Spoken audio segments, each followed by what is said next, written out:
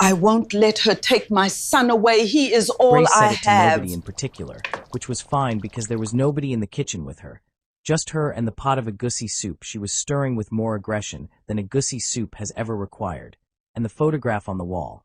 Daniel at 7 years old, gap-toothed and grinning in a school uniform 2 sizes too big, because she had bought it that way on purpose, bought it big so he could grow into it, so she would not have to buy another one the following year, because that was the kind of mathematics she was doing in those days, the mathematics of a woman who had very little and had to make it behave like more.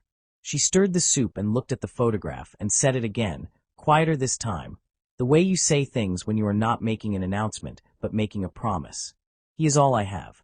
She had been 26 years old when Daniel's father left, which is young enough that people expected her to recover quickly and move on, find someone else, rebuild, which she found both touching and spectacularly beside the point.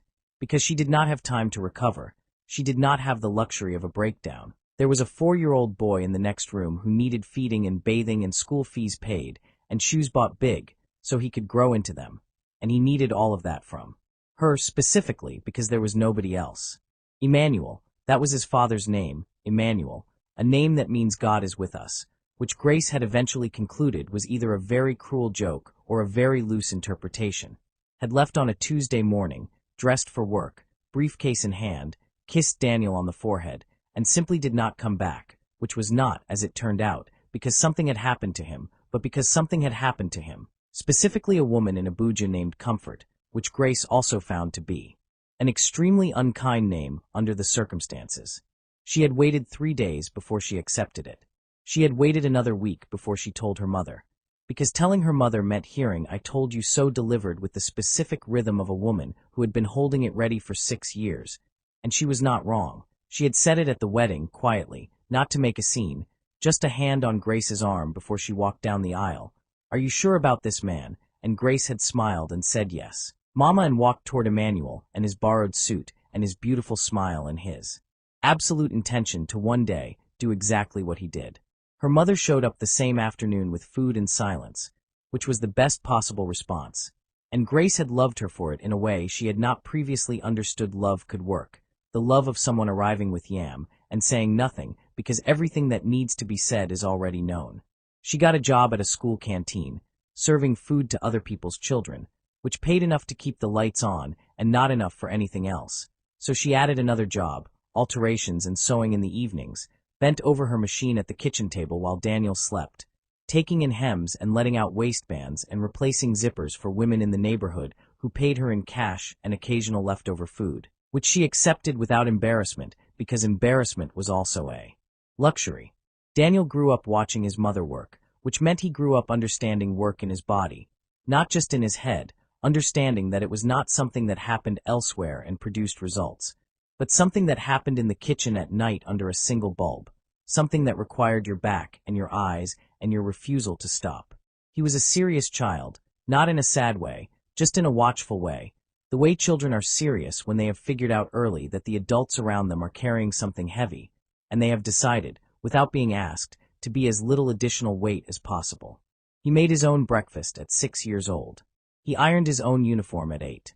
At 10, he started helping his mother with the sewing, not because she asked but because he had watched her long enough to know what needed doing, threading needles and sorting buttons and handing her pins with the focused efficiency of a surgical assistant, and she would look at him sometimes across the kitchen table, this small, serious person who had decided to be her partner without anyone suggesting it, and she would feel something so large move through her chest that she had to look back, down at her work quickly before it showed on her face. She was not a woman who showed things on her face. That had been trained out of her by circumstance. But Daniel knew anyway, the way children know things that nobody tells them, the way they read the room with instruments that adults have long since stopped using. On his 11th birthday, she could not afford a party, so she made his favorite food, jollof rice, fried chicken, and chin-chin, which took her all of Saturday to prepare. And they sat at the kitchen table, just the two of them, and she had found a single candle in the back of a drawer, white and slightly bent, a leftover from God knows when, and she stuck it in a piece of chin-chin because there was no cake, and she lit it, and she sang to him, and he laughed so hard at the chin-chin candle that he nearly fell off his chair. "Make a wish," she said. He closed his eyes for a long time, longer than wishes usually take, and she watched his small face in the candlelight, and she thought, whatever it is, I will find a way. I will find a way to make it happen. I will work every hour that exists if I have to, which was the specific madness of loving a child, the way it removes all sense of personal limitation. He opened his eyes and blew out the candle. What did you wish for? She asked. That you get to rest, he said simply, and picked up his fork. Grace looked at her 11-year-old son, and she looked at the ceiling, and she blinked 4 times in rapid succession. Which is not crying. It is simply a necessary function that sometimes happens at kitchen tables. Eat your food, she said. He grew up quietly excellent, the kind of student that teachers mention to each other in the staff room, not the flashy kind of excellent that announces itself, just the reliable, consistent, always prepared kind that makes everyone's job easier and gets slightly less credit for it, which Grace told him was fine, because credit was noisy and results were quiet and results were what lasted. He got a scholarship for university, which Grace received with a stillness that frightened him a little until he realized she was simply so overwhelmed that her body had temporarily suspended all functions while it processed the information. And then she stood up from the kitchen chair, and she went into her bedroom, and she closed the door, and he heard nothing for several minutes. And when she came back out, her eyes were dry and her face was arranged, and she said, "You need new shoes for university. Those ones are embarrassing." And that was how they celebrated. He came home every holiday, called every Sunday, sent money when he started working before she asked for it, before she would ever have asked for it, because he had been watching her not ask for things his entire life, and he had inherited the instinct but redirected it. And it made her prouder than anything else, the fact that he sent it without being asked, because it meant he had seen her, truly seen her, all those years at the kitchen table. And then he met Olivia. Grace had known immediately, not because there was anything wrong with Olivia. Olivia was lovely. Anyone with functioning eyes could see that. She was warm and clever and laughed easily and clearly adored Daniel in a way that was genuine and unperformed. But because Grace had known that this was the moment the geometry of her life changed, the moment Daniel's primary gravity shifted from her to someone else, which was natural, which was correct, which was exactly what was supposed to happen, and which felt, if she was being entirely honest with herself, like losing something she had not prepared to lose. She smiled at Olivia's introduction and said all the right things and made all the right food and asked all the right questions, and Olivia answered them with a warmth that should have been disarming but which Grace, in her most private self, found slightly threatening, because a daughter-in-law you cannot criticize is a more complicated thing than one who gives you something to work with. She watched them together at the dinner table, Daniel laughing at something Olivia said, Olivia stealing food from his plate without asking and him not minding. The two of them existing in that private frequency that couples exist on when they are genuinely happy, and she smiled and poured more juice and went back to the kitchen and gripped the counter for a moment with both hands. He is all I have, she thought. She did not yet know what she was going to do with that thought, but it was there, settled in her chest like a stone, and stones, she had learned, do not remove themselves. Daniel and Olivia were the kind of couple that made strangers feel vaguely hopeful, which is a rare and specific quality, like sunlight on a wall you were not expecting. They had met at a work conference, Daniel an accountant, Olivia a project manager, both of them stuck at the same terrible buffet table pretending the spring rolls were acceptable, and Olivia had said, entirely unprompted, "These spring rolls are a crime against food." And Daniel had looked at her and said, "I was trying to find a polite way to say that for 20 minutes. And she had laughed that laugh, the one that started in the chest and arrived late to the face. And that was that. Really, the whole thing decided in front of a tray of mediocre spring rolls, which they both agreed was a deeply undignified origin story and also completely perfect. They moved in together after a year, married after 2, and built a home that was full in the way that matters, not full of things, though there were things, but full of noise and movement and the specific warmth of 2 people who have decided to find each other funny, which is, when you think about it, the structural foundation of every good marriage. If music played, they danced in the kitchen, badly, competitively, each convinced they were the better dancer and neither of them even slightly correct. If there was one drink left in the fridge, they fought over it with the seriousness of a legal dispute, invoking rules, presenting evidence, occasionally calling witnesses, the witness being their neighbor Mr. Adeyemi, who had been pulled into this arbitration 3 times already and had begun pretending not to hear the knock. Their neighbors watched them the way people watch a good fire, with warmth, with something approaching envy, with the awareness that what they were seeing was real and not everyone got it. See Daniel and Olivia. They said to each other during arguments, the way you point at a landmark when you need to know you are still going the right direction. That is marriage. Mrs. Grace visited on Sundays, which was her right as a mother, and also, if everyone was being honest, a mild weekly weather event that the household prepared for with a specific combination of love and strategic planning. Olivia would clean things that were already clean. Daniel would make sure the good cups were out. And Grace would arrive with food she had cooked at home because she did not entirely trust Olivia's cooking. Not because it was bad, it was fine, it was actually quite good. But because accepting that it was good required a concession she was not yet prepared to make. And so she arrived with her Tupperware and her opinions and her love for her son, which was genuine and enormous, and expressed in ways that were not always comfortable for the people receiving it. She watched them over Sunday lunch, these two people who had made a world together, and she watched Daniel laugh at Olivia's jokes and let her win arguments and look at her across the table with an expression that Grace recognized as happiness, real happiness, the kind she had worked herself to the bone to give him. And she sat with her hands folded and felt it twist inside her. That specific maternal confusion of being glad your child is happy and also feeling, somewhere underneath the gladness, a grief you cannot justify and therefore cannot address. She waited until Olivia went to the kitchen before she said anything. She had always been patient, Grace. It was one of her better qualities and occasionally one of her more dangerous ones. My son, she said, and her voice was warm and careful, the voice she used when she was about to say something she had been preparing. Are you the head of your house? The question landed differently than Daniel expected. Not because it was aggressive. His mother rarely was. She was too clever for aggression. She used gentleness the way a surgeon uses a scalpel, with precision and intention. But because it was the kind of question that pretends to have a simple answer while actually opening a door you did not know was there. He laughed, the way you laugh when you are deciding whether to take something seriously. Of course, Mama. No, she said, simply not unkindly. I mean, does she ask permission before doing things? Does she understand who makes the final decision? Daniel shifted in his chair, the way a man shifts when he is about to say something reasonable and can already sense it will not land as reasonable. We discuss things together, Mama, that is how we. Mrs. Grace put her spoon down with a quiet, deliberate sound. Discuss, she repeated, the way you repeat a word when you want everyone to hear how strange it is. Since when did men begin discussing with wives, like a committee meeting, like she is your colleague? She is my partner. She is your wife, Grace said firmly, and she picked up her spoon again and ate a mouthful of her own soup as though the matter was settled.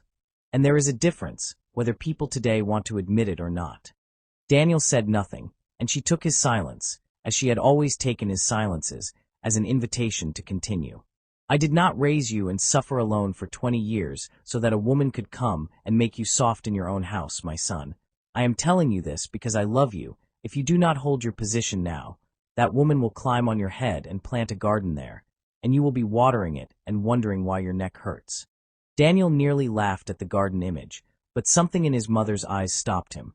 Something that was not anger but was related to it, something that was more like fear dressed in certainty. And he recognized it, had always recognized it, the specific expression she wore when she was fighting for him, even when he had not asked her to. He left that afternoon with a full stomach and a head that was no longer entirely empty.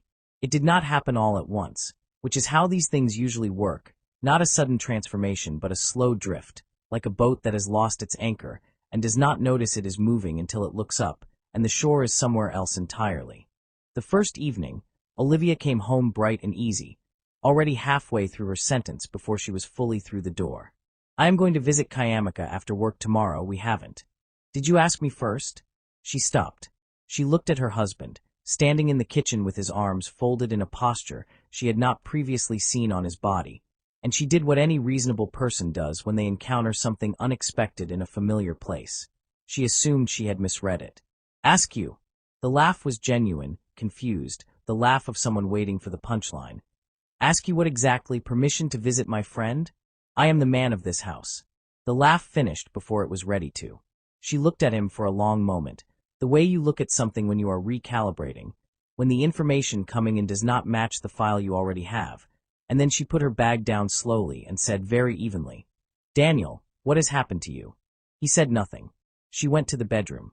The kitchen was quiet in a way it had not previously been quiet, a new kind of quiet, with weight in it, and the dinner Olivia had been about to start making did not get made that evening, and Daniel stood in the kitchen alone with his arms still folded and the ghost of his mother's voice in his head, and outside, their neighbor Mr. Adeyemi was arguing with his wife about something minor, and for the first time, nobody in his house was available to point at as the example of how it should be done. The whistle appeared on a Thursday.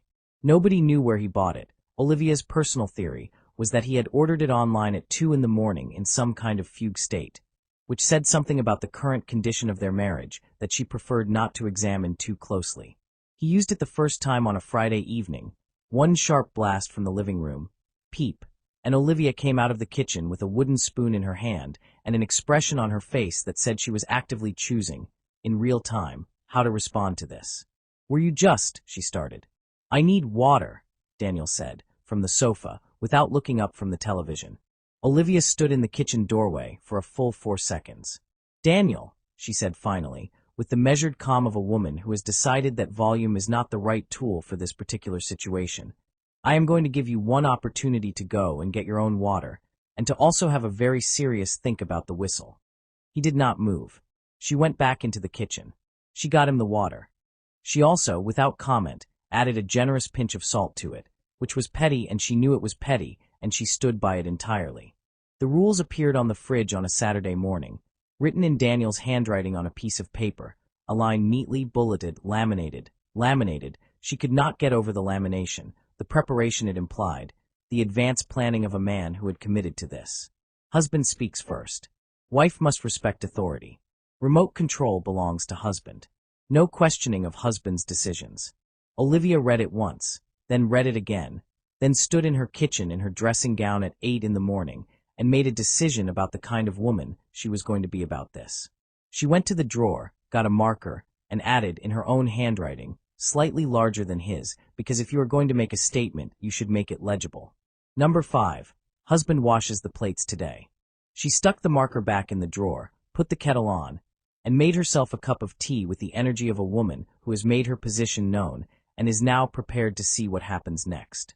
What happened next was Daniel appearing in the kitchen doorway, reading the fridge, and producing a sound that was not quite a word but contained several emotions simultaneously. "Olivia." "Good morning," she said pleasantly, sipping her tea. "Did you add to the—" "I contributed to the household document. Yes, as a member of the household." The kettle finished boiling. Outside, a bird made a cheerful sound that seemed, under the circumstances, to be in extremely poor taste. Daniel looked at his wife, who looked back at him over her mug with an expression of perfect, infuriating serenity, and he could not find the words for what he wanted to say, partly because he was not entirely sure what he wanted to say, and partly because somewhere underneath the new posture and the whistle and the laminated rules, some older and more honest part of him knew, in the way you know things you are not ready to admit, that the woman standing in front of him with her tea in her calm was not the problem, but he was not ready to admit it yet. And Mrs. Grace was coming for Sunday lunch tomorrow. And the laughter that used to live in this kitchen had been very quiet lately, and silence, Olivia was beginning to understand, could be either peaceful or dangerous depending entirely on what it was hiding. And this silence was hiding something. She just did not yet know how large it was. Mrs. Grace called every morning at 8 o'clock, without fail, with the punctuality of a woman who had decided that consistency was a form of warfare. Daniel would pick up on the second ring, because picking up on the first ring made you look like you had been waiting, and his mother had taught him, among many other things, that you should never let people see you waiting. "How is the house?" she would ask, which was not really a question about the house. "Fine, mama." "And you? Are you holding your position?" Daniel would glance toward the bedroom door, or the kitchen, wherever Olivia was, and he would lower his voice slightly, which was its own kind of answer. "Yes, mama." "Good," she would say, with the satisfaction of a general receiving a field report. Remember, a man who smiles too much with his wife is a man she has already finished respecting. They only respond to strength, my son. Softness is for children.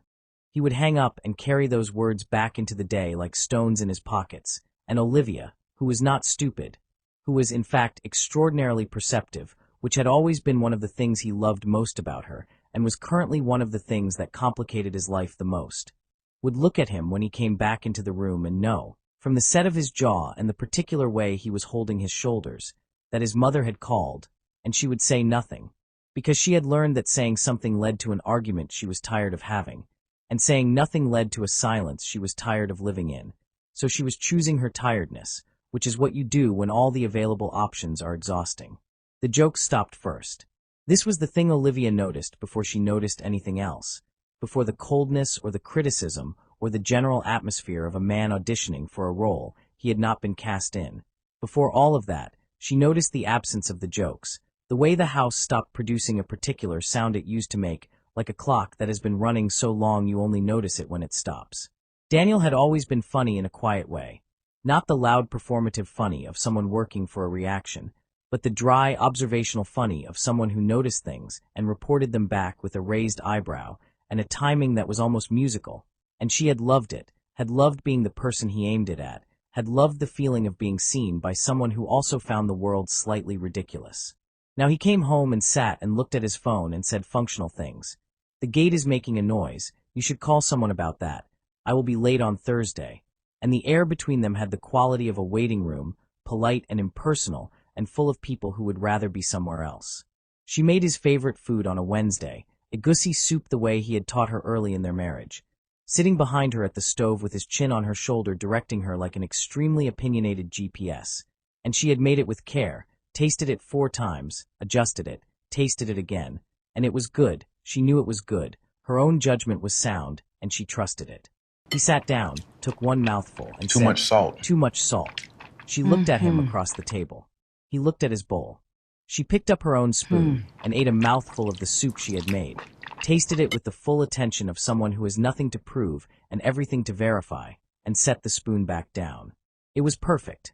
She understood then, in a way she had been resisting understanding, that this was not about salt, had never been about salt, was about something else entirely, something that had been brought into this house from outside it, and the sadness of that understanding. Not anger, not yet, just sadness, pure and clear, sat in her chest for the rest of the dinner, which they finished in silence, which had become their primary dining companion. She cried in the bathroom. This is worth saying plainly, because she had not been a woman who cried easily or often. Her older sister Adiz always said Olivia had been born sensible, which was a compliment that also meant she does not fall apart in inconvenient places. But something about the combination of cold soup criticism and 8 o'clock phone calls, and a husband who now moved through their home like a stranger who had read a manual about how to live there, but had never actually done it, something about all of that together found the places in her that were not sensible, that were simply human, and it came out in the bathroom at night with the tap running, so he would not hear it, and she would sit on the edge of the tub and give herself exactly as long as it took to wash her face, and then she would wash her face and go back to bed and lie beside this man who used to be her favorite person and look at the ceiling and breathe. She did not tell anyone, not even Adiz, because telling Adiz meant hearing I told you his mother was trouble delivered with the specific rhythm of an older sister who had been holding it ready since the wedding, and she was not ready for that conversation yet, was not ready to make this real by saying it out loud to someone who would take it seriously and keep it. She kept it herself, and it grew heavier, the way things do when they have nowhere to go. Mrs. Grace arrived on a Saturday with 3 containers of food and an agenda she had not disclosed to anyone. She had expected, Olivia could tell, to find a softer version of her, to find the edges worn down, to find a woman who had absorbed enough coldness to have become uncertain of herself. And she walked through the door with the scanning eyes of someone conducting an inspection, taking in the house, the arrangement of the furniture, Olivia's posture, Olivia's expression, Olivia's face, reading all of it quickly and arriving at a conclusion she did not announce, but which showed briefly in the slight tightening around her mouth. Olivia was calm and smiling and had made tea and was dressed beautifully, not in a performing way, just in the way of a woman who had decided that if everything else was being taken from her she was going to keep her dignity, and she wore it like armor, light but present, and Mrs. Grace saw it and did not like it, and sat down on the sofa like someone taking a position. "Bring me water," she said, not to Daniel, not to the room generally, but to Olivia specifically, in the tone of a woman who is testing a surface to see if it will hold her weight. Olivia smiled with every part of her face except her eyes. "Your son knows where the kitchen is, Ma." The room temperature dropped. Daniel, who had been in the process of sitting down, completed the motion very slowly. The way you complete a movement when you are hoping that if you do it carefully enough the moment will pass without requiring you to respond to it. It did not pass. Mrs. Grace turned to look at her son with an expression that said several things simultaneously, all of them unflattering to him, and the silence stretched long enough to become its own kind of statement. Later, while Olivia was in the kitchen making the lunch that Mrs. Grace had brought ingredients for, but was not going to cook herself, Grace moved to where Daniel was sitting and lowered her voice to the temperature of something that has been cold for a long time. "You see," she said, nodding toward the kitchen with a certainty that required no evidence because it came from somewhere beyond evidence. "No respect, I told you. I have been telling you. That woman does not fear you and she does not respect me. And that is the same problem wearing two different faces." Daniel said nothing, which his mother had always read as agreement, and had never been entirely wrong to. "You need to be harder," she said. "Show her in front of me, right now, today, so she understands." It was, Olivia would later think, an extraordinarily precise piece of damage, the specific instruction to perform dominance in front of an audience, because performance requires a different thing from a person than the thing itself does. Performance requires you to go further than you actually believe, because you are playing to the back row, and Daniel, who had not been raised to perform, but had been raised to please his mother, understood only that she was asking him to show her something, and he did not want to disappoint her. He had spent his entire life not disappointing her. It was a habit so old it had become indistinguishable from instinct. He did not think about Olivia. He did not think about Olivia, which was the first and most important failure. She was coming out of the kitchen with plates, both hands occupied, moving with the easy competence of a woman in her own home. When Daniel's voice came across the room in a way it had never come across a room in their direction before, sharp and public and performative in a way that turned it into something that required witnesses. "Did I not tell you to set the table before the food was ready? Must you always do things the wrong way?" The plates were heavy, so she did not drop them. She set them down on the table instead, one at a time, with a steadiness that required more from her than anything else she had done that day, including the crying in the bathroom last night and the water comment this morning, because steadiness in public when you have been struck in public is a different kind of labor, the kind that costs you something you do not get back. Mrs. Grace sat on the sofa with her hands folded, watching.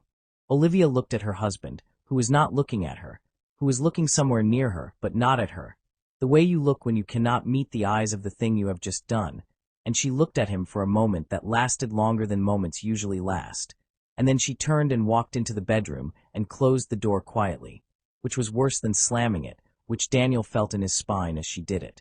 The room was very still. Mrs. Grace exhaled with the satisfaction of someone who has seen a point proven, and reached for her fork. He came into the bedroom at night with the careful steps of a man who knows he has done damage and has not yet decided what to do about it, and he found the suitcase on the bed, open, half-packed, and Olivia sitting beside it with the particular stillness of a woman who has passed through emotion and come out the other side into something quieter and more resolved. His stomach dropped. "Where are you going?" She looked at him, and her eyes were clear, which was somehow harder to face than if they had been angry. Clear eyes mean the crying is finished, means decisions have been made beyond the crying. "Away from this stranger," she said. Daniel opened his mouth and found it empty. She continued, not loudly, not dramatically, in the voice of someone reading something they have thought about carefully and mean precisely. "The man I married made me laugh every single day. He danced badly in the kitchen and never admitted it. He let me win arguments about things that mattered and told me when I was wrong about things that didn't. He treated me like I was someone worth listening to." She looked at the suitcase and then back at him.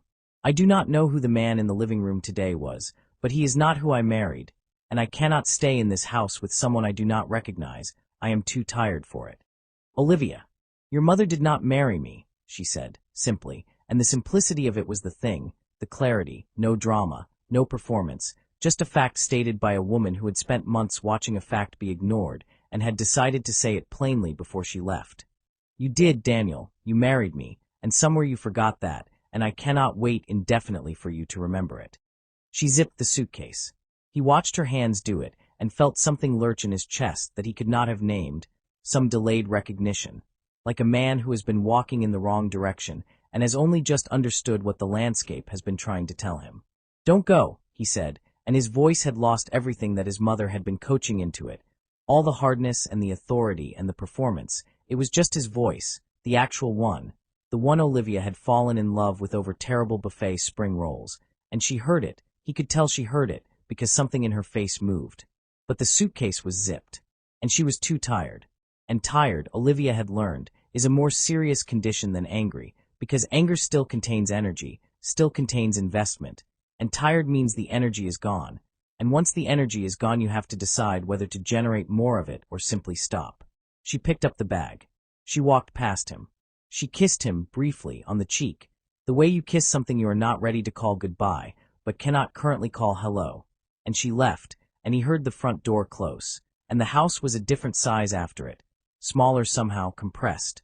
All the air in it suddenly personal in a way it hadn't been when she was in it. Sunday morning arrived without asking anyone's permission, as Sunday mornings do. Daniel woke up at 7:15 to a silence that had texture, a silence you could press your hand against and feel pushing back, the silence of a space that knows it is missing something and has decided to make this information available to all present. No smell of coffee from the kitchen, because Olivia always made coffee first thing, and he had complained about the smell twice in the last month, performing a sensitivity he did not have, and now there was no smell, and he would have given a significant amount to have it back. No music from her phone, because she played music while she got ready in the mornings, always something with too much bass for 7 in the morning, and he had complained about that too, had said it was too loud, had said some of us are trying to think, and now the morning was quiet enough to hear himself think, and he found he had nothing to think about that he wanted to be alone with. No Olivia stealing the warm side of the blanket. No Olivia asking him questions while he was still too asleep to answer them properly. No Olivia, and the bed was large in a way that beds only become when the person who is in them is no longer there. He made himself breakfast, which was bread and nothing, because Olivia had done the shopping on Thursdays and yesterday had been Saturday, and he had not thought about shopping, had not needed to think about shopping, because she had done it, had done so many things so consistently that he had stopped seeing them the way you stop seeing walls, just the space they create, never the work of it. He sat at the kitchen table with his bread and his silence and his sundae, and he looked at the fridge, at the laminated rules still stuck there with the blue magnet shaped like a fish, and at the bottom of the list, in Olivia's handwriting, slightly larger than his, number 5, husband washes the plates today. He looked at it for a long time.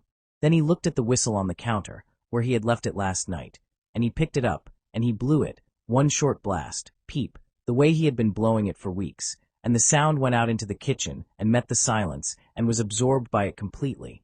And nothing came, no footsteps, no voice, no Olivia appearing in the doorway with her wooden spoon and her expression of magnificent patience, nothing, just the kitchen and the bread and the sundae and him. He put the whistle down.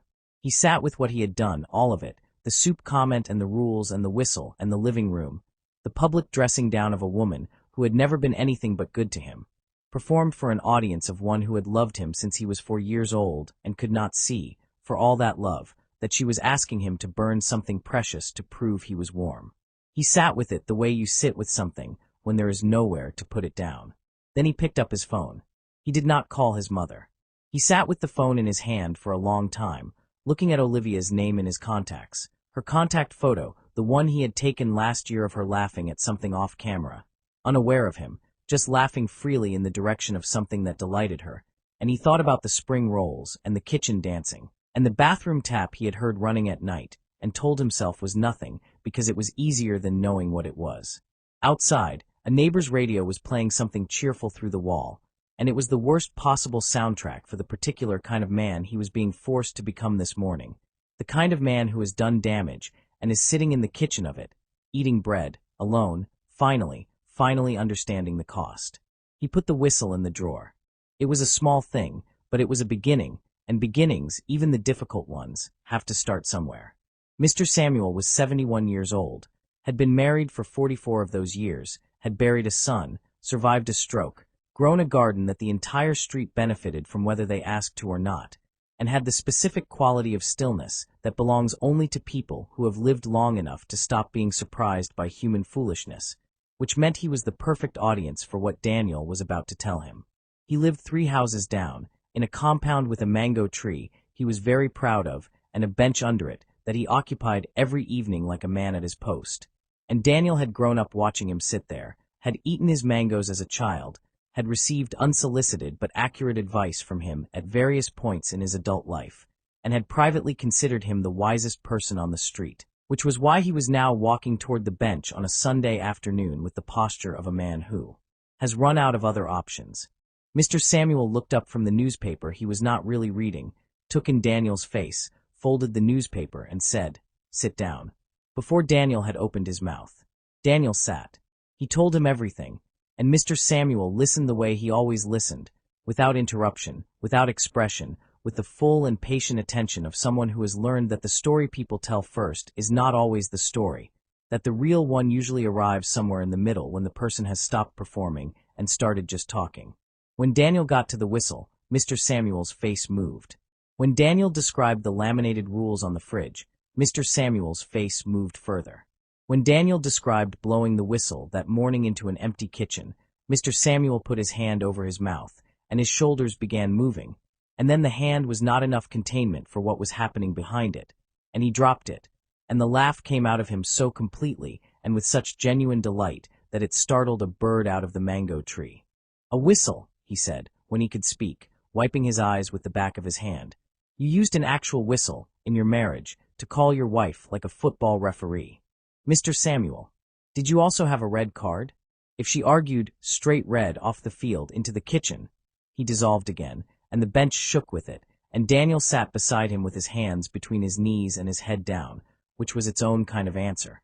Mr. Samuel laughed until it was finished, until he had given it everything it had, and then he wiped his face one final time, and he was still, and when he was still he was very still, and the air around the bench changed quality. "Okay," he said quietly. "Now listen to me carefully." Daniel looked up. "Leadership is not noise," Mr. Samuel said, and his voice had the weight of someone speaking from somewhere inside their experience, not from the outside of it, not from theory but from the years of it.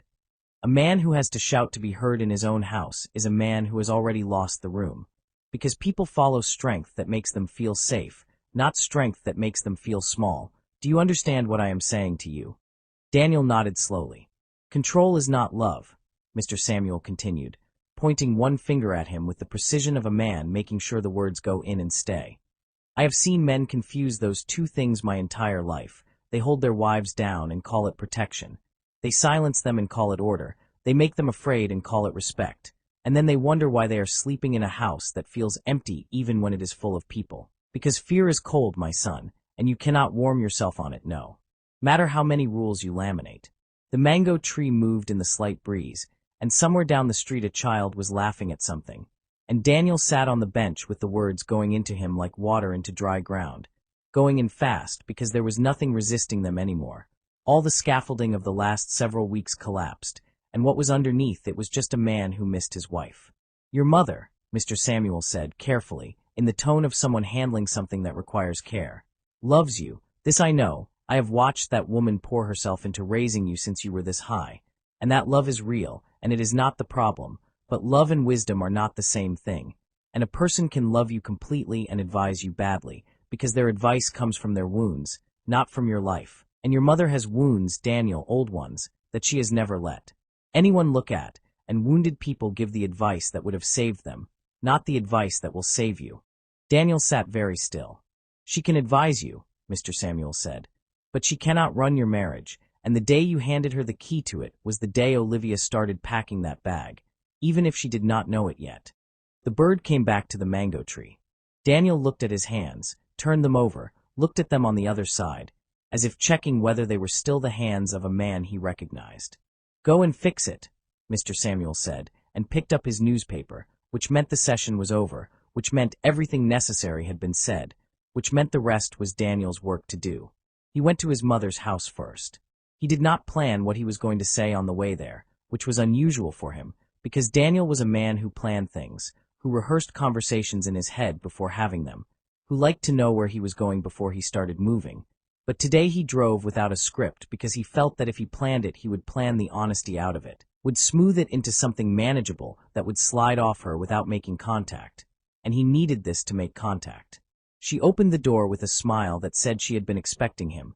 the satisfied smile of a woman who had watched yesterday's events from the sofa and considered them a success. And it was that smile, more than anything else, that put the words in his mouth. "Why did you do it, Mama?" The smile changed shape. "Do what, Mai?" "Push me into this," he said, and his voice was not angry, which was perhaps more serious than if it had been, because anger can be managed and redirected, but the absence of it means someone has moved past it into something quieter and more fixed. "My wife is gone. She is at her sister's house. She left because she does not recognize me, because I spent months becoming someone she does not know, because you called me every morning and told me to be hard, and I listened, Mama. I listened because I have always listened to you, and now my house is empty."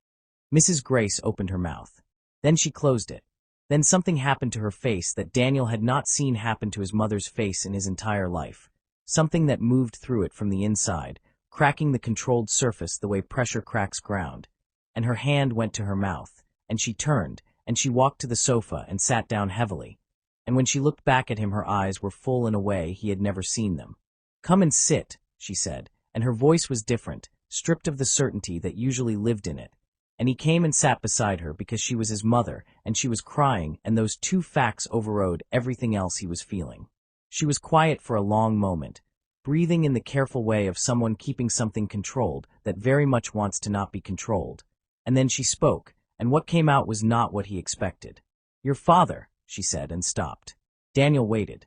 "Your father was not a good man, in the ways that matter inside a house," she said slowly, like someone reading from something written a long time ago in handwriting they can barely see. "He controlled everything, what I wore, where I went, who I spoke to. He had rules, Daniel, actual rules, not on a fridge, in his voice, every day, and I followed them because that was what I was taught a wife did, and because when I did not follow them the other option was worse." The room was very quiet. "He told me that a hard man was a strong man, that a soft man was a weak man, that love and softness were things that made women disrespect you. And I believed it because he said it with such certainty, and certainty sounds like truth when you are young and do not know the difference." She folded her hands in her lap, looked at them. "I spent 22 years in a house that was cold and called it structure.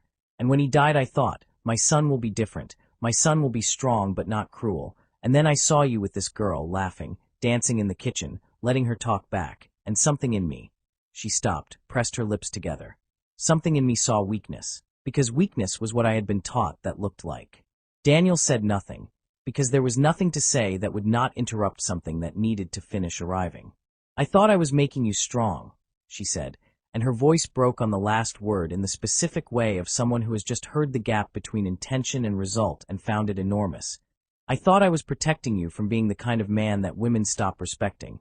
I thought I was helping, my son. I genuinely thought." "Mama." He put his hand over hers. "I know you did." She looked at him, and she looked old in a way she did not usually look. Or perhaps he was seeing something that had always been there, and he had not had the angle for it before. "But you were protecting me from the wrong thing," he said, gently but without softening it, because she needed to hear it clearly. "You were protecting me from your marriage, not teaching me about mine, and those are different things, Mama, very different things." She nodded, and a tear went down her face, and she did not wipe it quickly the way she usually wiped things away. She let it go, which was its own kind of change. "You nearly destroyed my home," he said, and then, because she was his mother and she was 70 and she was crying and she had raised him alone with nothing. "But I let you, so we both carry that." She squeezed his hand, and he squeezed back, and they sat together in the house she had built alone for a while, before he kissed her forehead, stood up, and went to get his wife. Adi's house was a 20-minute drive that Daniel made in 14, not because he was speeding mostly, but because Sunday afternoon traffic in this part of the city had decided to cooperate for once, which he chose to read as a sign, because a man kneeling in the street needs to believe the universe has opinions about the outcome. He knocked. Adiz opened the door, looked at him with the comprehensive assessment of an older sister who has spent the last 24 hours hearing one side of a story and found it entirely convincing, and said nothing, which said everything. "Is she here?" Daniel asked. "She is resting." "Can I?" "No," Adiz said pleasantly and closed the door. He stood on the step. He considered his options, which were limited, and knocked again. Nothing. He sat down on the step, which was not comfortable, and he stayed there because he did not have another plan, and because Mr. Samuel had not said anything about it being quick, had only said go and fix it, and fixing things, Daniel was learning, operates on its own schedule. 2 children from the neighboring compound came past on their bicycles, slowed down when they saw him, conferred with each other in the way children confer when they have spotted something worth investigating, and the bolder of the 2 rode a small circle around him. "Are you Auntie Olivia's husband?" "Yes," Daniel said. The child studied him. "She said you have a whistle." Daniel closed his eyes briefly. "She mentioned that." "My daddy has a whistle," the child offered helpfully, "but he uses it for football, not for wife." "That is the correct use," Daniel agreed. The child nodded seriously. "Why did you use it for wife?" "I made a mistake." "A big one?" "Considerable, yes." The child processed this, then rode away and came back with a friend, and the friend had apparently been briefed, because she arrived already grinning, and they began circling him slowly on their bicycles like a very small and very cheerful convoy, and one of them started going peep, peep under her breath, and the other one collapsed sideways laughing, and Daniel sat on the step and took his medicine, because he had earned it. By the second hour, there were 4 children, and someone had found an actual whistle from somewhere. He did not investigate where, and they were taking turns blowing it and then running away shrieking, and the street was very aware of Daniel's presence and his situation, and Adi's curtain moved once, which he suspected was not Adi's. The door opened at the start of the 3rd hour. Olivia stood in the doorway in house clothes, her hair tied up, her arms folded, looking at him on the step, and at the children behind him, and at the general theater of the situation with an expression that was doing its absolute best to remain serious and finding it difficult. "Children," Daniel said, without turning around, "thank you for your support, you can go." They dispersed, laughing, the whistle still sounding in the distance like a small victory parade. Daniel stood up and turned and looked at his wife, and she looked at him, and he went down on one knee on Adi's front step, on the concrete, which was hard, and which he felt immediately, and which he decided was appropriate. "I was foolish," he said. Olivia's arms stayed folded. "Very foolish," she said, and her voice was controlled, but her eyes were doing something different from her voice. "I let someone else's fear become my instruction manual," he said. "I took the best thing in my life, and I treated it like it needed to be managed instead of loved, and I blew a whistle at it, which is—" He paused. "There is no sentence that ends well after those words. I am aware of that." The corner of her mouth moved. He reached into his pocket and took out the whistle, and he held it up so she could see it, and then he held it between both hands, and he snapped it, cleanly, into 2 pieces, and held them up so she could see that too. Something shifted in Olivia's face, something that had been held in place for 2 days by the effort of being justifiably upset, and it moved, softened at the edges, let a little light through. "That whistle," she said, "annoyed me in ways I do not have adequate vocabulary for." "I know," he said. "I am sorry for the whistle, and for the rules, and for the salt comment, and for the living room, and for every morning I chose a phone call over the person standing in front of me. I am sorry for all of it, Olivia, not as a speech, just as the truth."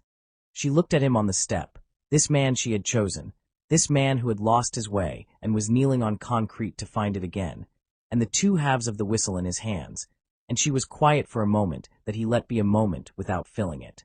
"Come home," he said, "not to serve me, not to obey the fridge rules, not to come when a whistle blows, but to build with me, the way we were doing before I forgot that was what we were doing." The street was quiet. Somewhere the children were still laughing, distant now.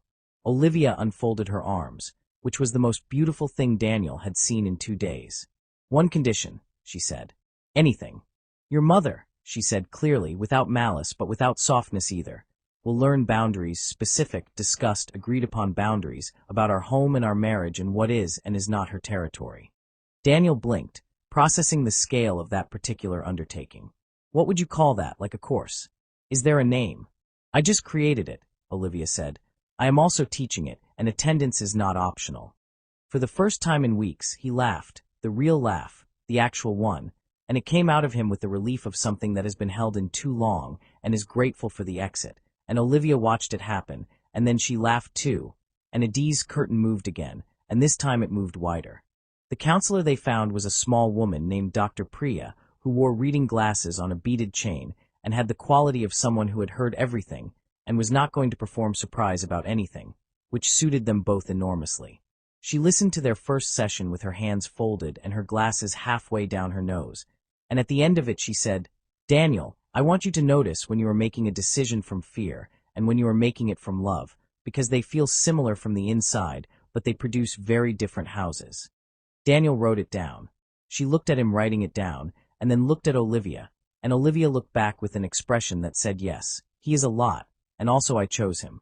They went every other week, and Daniel changed in the way that real change happens, not dramatically, not with a speech, but in accumulated small actions, in asking before deciding, in listening past the first sentence, in being present in the kitchen without his phone, in the dancing, which came back slowly, badly, and competitively, and was the most welcome noise the house had heard in months. He decided to cook rice on a Thursday. This was, in retrospect, a decision that required more preparation than he gave it, but he had watched Olivia cook rice approximately 300 times and had concluded that he understood the process, which is the specific confidence of someone who has observed a skill without acquiring it. He put the pot on. He added water. He was not entirely certain how much water, but he added what seemed like a reasonable amount, which was not a reasonable amount. He went to answer a phone call. The phone call was longer than expected. The rice formed its own opinion about the situation. He returned to a kitchen that had, in his absence, become a production, thick smoke moving through the air with the confidence of something that had been given time and opportunity, the pot on the stove making a sound that no pot should make, and the rice inside it having achieved a texture that existed in no cookbook, because no cookbook had considered it a possibility. He opened the window. He fanned the smoke. He stood over the pot and looked at what had been rice. Olivia appeared in the kitchen doorway, took in the smoke, took in Daniel, took in the pot, and her face ran through several expressions very quickly before settling on the one that was going to win, which was not sympathy. She laughed the way she laughed when something caught her completely off guard, the one that started in the chest and arrived late to the face, the one he had first noticed across a buffet table, and it filled the smoke-filled kitchen the way good sounds fill spaces that have been quiet, completely, warmly, without asking permission. "These are rice remains," she said, when she could speak, peering into the pot. "This is what rice looks like when it has given up. Daniel, this rice has made peace with God." The water ratio was, "This rice needs a funeral, not a fork. If you would let me explain." "I will light a candle," she said solemnly, and then broke again, and he started laughing too, and the kitchen was full of smoke and laughter simultaneously, and it was the best it had smelled in months.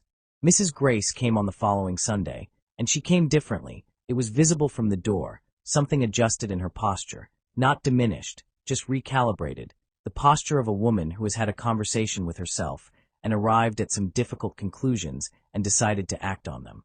She greeted Olivia at the door and came inside and sat down, and she looked around the house, at the two of them, at the way Daniel handed Olivia her tea without being asked, and the way Olivia touched his arm briefly when she sat beside him, the small, fluent language of people who have chosen each other, and something moved through Mrs. Grace's face that she allowed to move without stopping it. A while later she set down her cup, looked at Olivia directly, and said, with the careful pronunciation of someone using a phrase they have been practicing, "Olivia, may I have some water, please?" The room was briefly very still. Olivia looked at her mother-in-law, at the effort in the question, at the genuine offering of it, and then she looked at Daniel, and Daniel looked at her, and they had one of those complete conversations that long couples have with their eyes, the kind with a beginning and a middle and an end. Olivia looked back at Mrs. Grace, and smiled, and pointed across the room. "Daniel knows where the kitchen is, Ma." Mrs. Grace looked at her son. Daniel was already standing up, laughing, shaking his head, moving toward the kitchen with the energy of a man who has accepted his place in a story and has decided to find it funny. "Nobody in this house will ever just bring water," he said, to nobody in particular, from inside the kitchen, over the sound of the tap running. Mrs. Grace looked at Olivia. Olivia looked at Mrs. Grace. And Grace laughed, the real laugh, the one she did not use often, the one that looked like the laugh Daniel had, and it changed her face completely, made her look younger and lighter, and like the woman she might have been if someone had taught her earlier what Daniel was only now learning. Olivia reached over and patted her hand once, briefly, and it was not a grand gesture, not a speech, not a resolution, just a hand on a hand, just the beginning of two women deciding to try. Daniel came back with the water and set it down and looked at the two of them and said, "Should I be worried?" "Very," Olivia said. "Extremely," Mrs. Grace agreed. And the house was full again, full of the right kind of noise, the noise of people who have been through something and come out the other side still choosing each other, which is the only ending that actually counts. The end.